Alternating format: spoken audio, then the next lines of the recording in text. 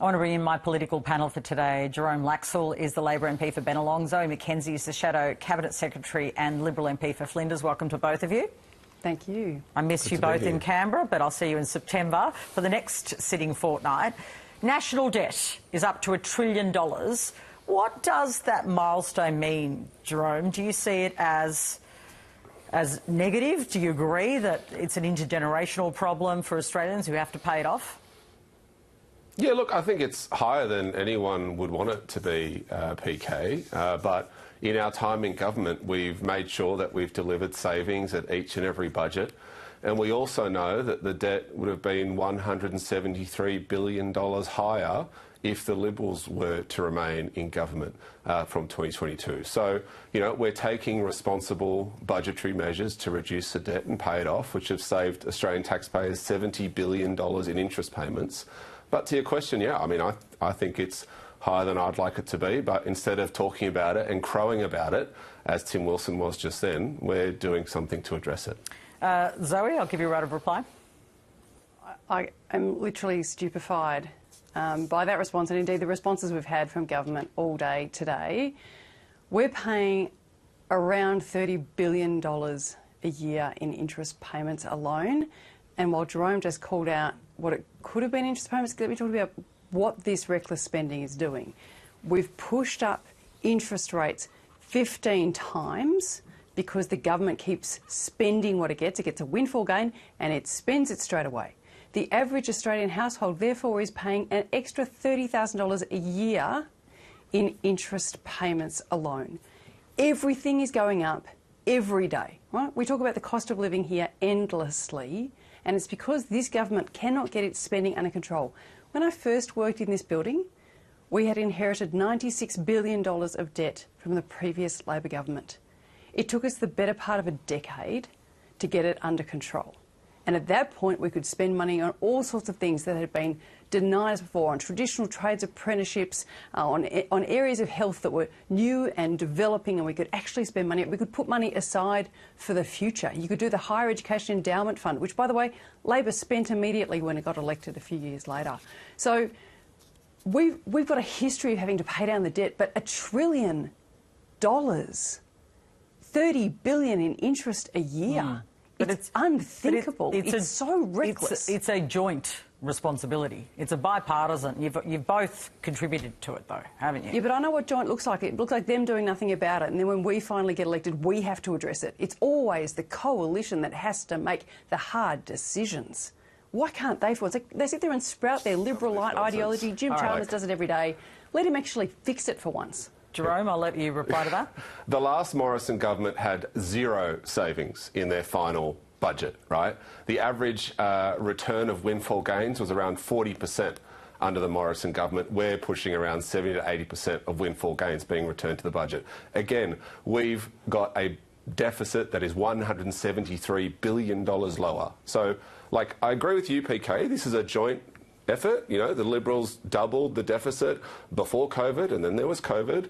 But to say that we are not addressing it and not taking action is ridiculous. Absolutely ridiculous. All right, I want to change the topic. We have just heard from the Frankcom family.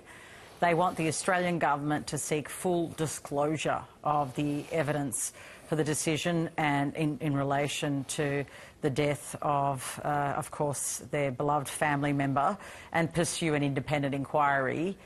Zoe, is that what should happen? PK, first I apologise I didn't see the interview or the reporting of the conversation with the Frankcom family. This is obviously a terribly sad day for them, the way in which they've found out about the final decisions or the final conclusions, but equally it's World Humanitarian Day, and she was a young woman in her prime doing a job she loved when she lost her life. So my thoughts are with that family. Look, I do know that today both Penny Wong's had a conversation with the Israeli ambassador, and so has our Foreign Affairs spokesperson, Ted O'Brien. So if you don't mind, I will leave it for Ted to speak on behalf of the coalition, because I'm not privy to that conversation. I understand, but just as an MP, don't you think they should apologise to this family?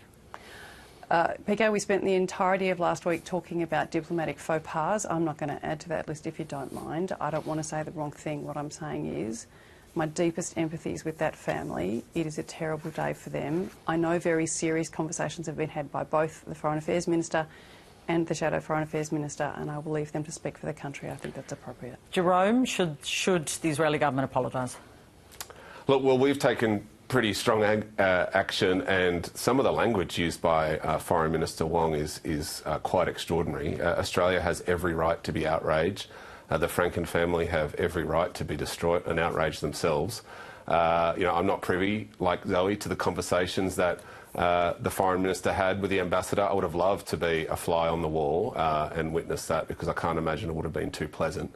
But I'll leave announcements on what Australia should do next to the Foreign Minister. But yeah, this is the timing of the announcement, the insensitivity of that timing, and of course the outcome is not what Australia expects of the Israeli government. Just finally, the last 2 weeks, it's been deals, deals, deals, deals between your side of politics, actually. 3 pieces of legislation: news bargaining, gambling, and also in relation to the NDIS, right, the cuts. Zoe, in the last Parliament, there was a lot of no action from your side of politics. Is this deliberate strategy to shift? Oh, no, I wouldn't say so. I would just say that some of the issues that we have discussed this fortnight have been absolutely fundamentally in the national interest. Getting the NDIS spend that now is eclipsing Medicare and eclipsing defence, getting that under control was absolutely essential. And so Melissa McIntosh did a power of work with the government to make sure that sensible reforms and amendments were made to the government's original architecture. A similar thing with the gambling reforms. May I say, that has been some of the best speeches I have seen given in this Parliament in my time here. If you haven't read Jamie Chaffee's, I suggest you do. If you haven't read Lisa Chester's, I suggest you do. They were great moments for our Parliament, speaking from its core, from its soul, from its life experience.